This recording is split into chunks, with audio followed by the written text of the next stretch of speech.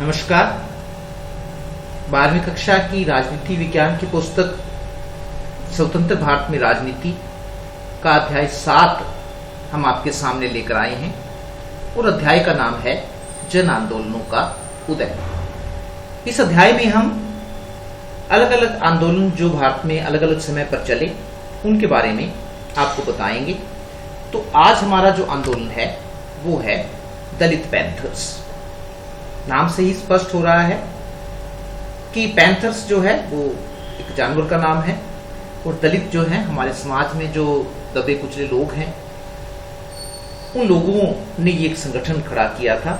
अब ये किस लिए बनाया गया था संगठन, या किस लिए ये मंच बनाया गया था और इसके द्वारा वो क्या मांगे रखना चाहते थे सरकार के सामने, वो आज हम इस अध्याय में जानेंगे। दलित पैंथर्स ये उनका जो संगठन था, उनका चित्र है दलित पैंथर्स के नाम से।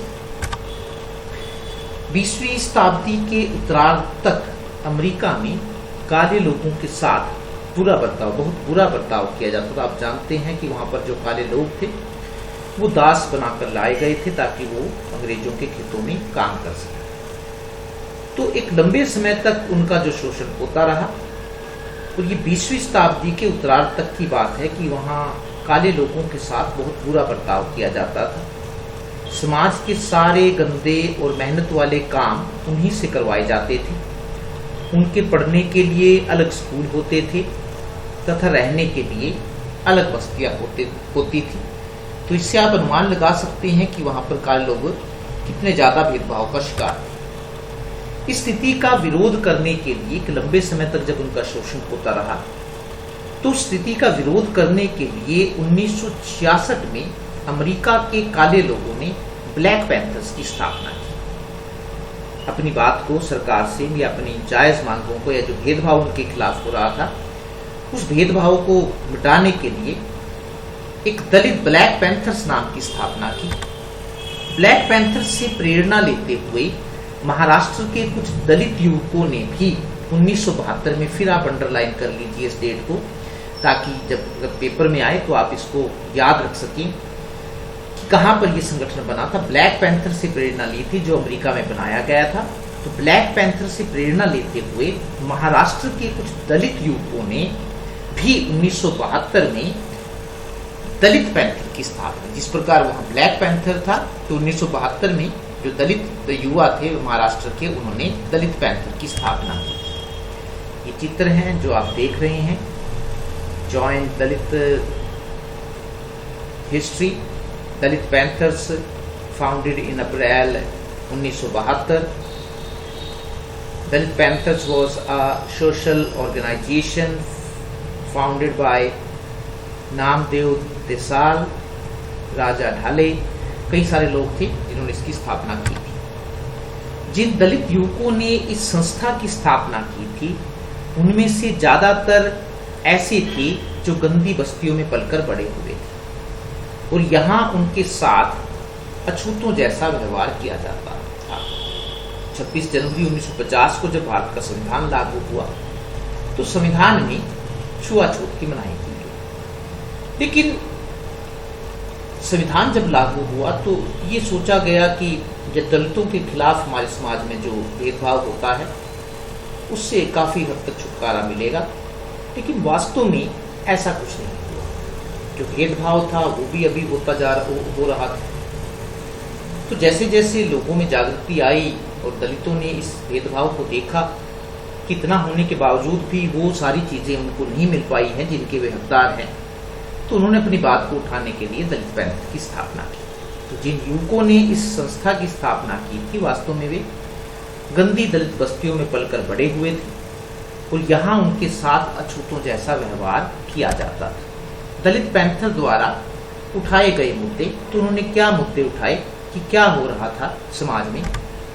पहला, यद्यपि संविधान द्वारा छुआछूत को समाप्त कर दिया गया है लेकिन इससे दलितों की स्थिति में कोई सुधार नहीं हुआ है। आज भी इन जातियों के साथ भेदभाव किया जाता है। पहला मुद्दा उनका यही था कि संविधान बना दिया गया है, संविधान में छुआछूत की मनाही कर दी गई है, लेकिन उसके बाद भी संविधान में या समाज में भेदभाव किया जा रहा था। तो पहला उन्होंने ये मुद्दा उठाया। दूसरा, आज भी दलितों को गांव के बाहर अलग बस्तियों में रहने के लिए मजबूर किया जाता है। समाज बदला नहीं है, समाज वहीं का वहीं था। तो जब उन्होंने देखा, तब भी वो पहले भी गांव से बाहर दलित गंदी बस्तियों में रहते थे और संविधान लागू होने के 25 साल या 20 साल के बाद भी वो स्थिति ज्यों की त्यों बनी हुई थी। तो आज भी दलितों को गांव के बाहर अलग बस्तियों में रहने के लिए मजबूर किया जाता है।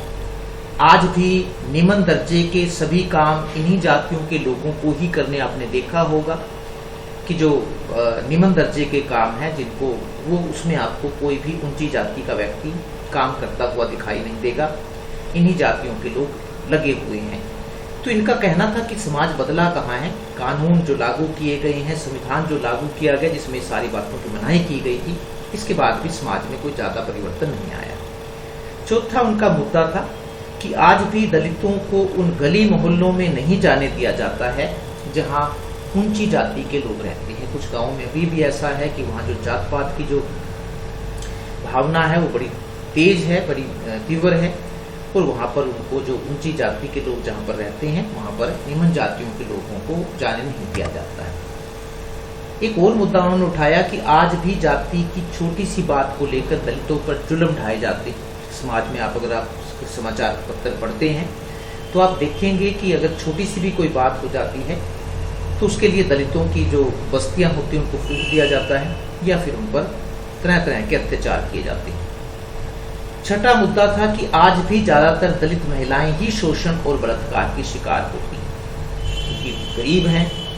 तो ऊंची जाति के जो लोग हैं या फिर वो भी हैं, कोई भी है, तो ज्यादातर जो अगर आपको देखें, आप न्यूज पढ़ें या न्यूज देखें तो दलित महिलाएं ही शोषण या फिर बलात्कार की शिकार होती हैं। सातवां मुद्दा था कि दलितों को राजनीति में भी कोई खास महत्व प्राप्त नहीं हुआ। हालांकि इन्होंने संगठन बनाए हैं, लेकिन कुल मिलाकर अगर देखा जाए कि जितने भी राजनीतिक दल हैं उन पर जो ऊंची जाति के लोगों का कब्जा है, और अगर कहीं पर किसी को टिकट मिला है तो वहां पर वो इस आधार पर मिला है क्योंकि वहां पर उस जाति के लोग ज्यादा मिलते हैं। तो ये उनके मुद्दे थे जो उन्होंने उठाए दलित पैंथर्स ने। दलित पैंथर्स द्वारा उठाई गई मुद्दों को ध्यान में रखते हुए दलित पैंथर्स ने कुछ मांगे रखी सरकार के सामने। क्या मांग उठाई? पहली थी उनकी दलितों के साथ जो भेदभाव हो रहे थे उन भेदभावों को खत्म करने के लिए दलित पैंथर्स ने कई मांगे उठाई। क्या थी उसमें? एक था दलितों के कल्याण के लिए संविधान में जो प्रावधान किए गए हैं उन्हें प्रभावशाली ढंग से लागू किए। सिर्फ लिखा हुआ नहीं होना चाहिए कि संविधान में लिख दिया तो बात बन गई, समाज का विकास होगा, ऐसे कुछ नहीं होता। संविधान में दलितों के कल्याण के लिए अनेक बातें कही गई, लेकिन उनको प्रभावशाली ढंग से लागू नहीं किया गया है, इसलिए जातियों का या फिर वर्गों का विकास नहीं हो पाया है। इसलिए दलित पैंथर्स की पहली मांग यह था कि दलितों के कल्याण के लिए संविधान में जो प्रावधान किए गए हैं उन्हें प्रभावशाली ढंग से लागू किया जाए। दूसरा, जाति प्रथा को समाप्त किया जाए, क्योंकि सभी जो बुराइयों की जड़ है जिसके कारण भेदभाव होता है वो जाति, क्योंकि इनकी जाति नीची है तो इनके साथ भेदभाव किया जाता है। इसलिए इनकी मांग थी कि जाति प्रथा को समाप्त किया जाए। तीसरी मांग थी कि दलितों पर हो रहे अत्याचारों को रोकने के लिए प्रभावशाली कदम, कोई ऐसा कानून बनाया जाए जिससे दलित भी अपने आप को सुरक्षित महसूस करें। चौथी मांग थी छुआछूत को समाप्त किया जाए। हालांकि संविधान में छुआछूत की मनाही की गई है, लेकिन व्यवहारिक रूप में भी ऐसा किया जाना चाहिए।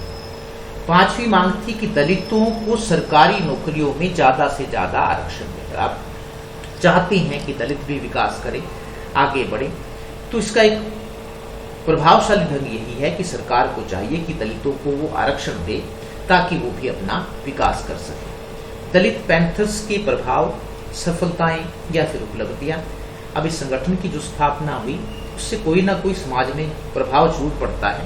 तो क्या प्रभाव पड़े? पहला है, सरकार ने 1955 में बने छुआछूत निवारण अधिनियम में 1976 में बड़े बदलाव किए। कानून बनाया गया था छुआछूत को रोकने के लिए, जिसका नाम था छुआछूत निवारण अधिनियम 1955। तो जब ये आंदोलन चला तो 1976 में इसमें बड़े बदलाव किए गए और इस अधिनियम का नाम बदलकर नागरिक अधिकार कानून 1976 कर दिया गया। इस कानून में अनुसूचित जाति के लोगों का अपमान करने वालों को कड़ी सजा देने की व्यवस्था की गई। तो सबसे बड़ा प्रभाव तो ये पड़ा कि दलितों की स्थिति को सुधारने के लिए या उनको सुरक्षित बनाए रखने के लिए कानून में बदलाव किया। दूसरा, दलित पैंथर्स ने दलितों को जागरूक किया और अपने ऊपर हो रहे अत्याचारों के विरुद्ध आवाज उठाने के लिए प्रेरित। तो दलित पैंथर्स हम कह सकते हैं कि ये संस्था जो थी, उन्होंने दलितों को एक मंच प्रदान किया जहां पर वो अपनी आवाज उठा सकते थे, जहां पर वो अपने मुद्दों को बता सकते थे। तो इससे जो लोग, जो दलित थे, वो जागरूक हुए और अपने ऊपर हो रहे अत्याचारों के विरुद्ध आवाज उठाने के लिए प्रेरित किया। तीसरा, दलित पैंथर ने सरकार को दलितों के कल्याण के लिए नई नई योजनाएं बनाने के लिए मजबूर किया। जब अपनी मांगों को लेकर वो गए तो सरकार पर इस बात का दबाव पड़ा और उन्होंने दलितों के कल्याण के लिए कई योजनाएं बनाई। एक चौथा प्रभाव क्या पड़ा कि दलित पैंथर ने पढ़े लिखे दलित युवकों को एक मंच प्रदान किया, एक स्टेज प्रदान किया जहां पर वो अपनी बात को उठा सकते थे। पढ़े लिखे दलित युवकों को एक मंच प्रदान किया जहां पर वे अपनी आवाज बेहतर ढंग से उठा सकते हैं। तो ये इसके प्रभाव पड़े, दलित जागरूक हुए और आज आप देख सकते हैं कि समाज में दलितों की जो स्थिति है वो काफी सुधरी है। अपनी उतनी तो नहीं सुधरी है, लेकिन काफी हद तक समाज की सोच में और इनकी स्थिति में भी बदलाव आया है। धन्यवाद।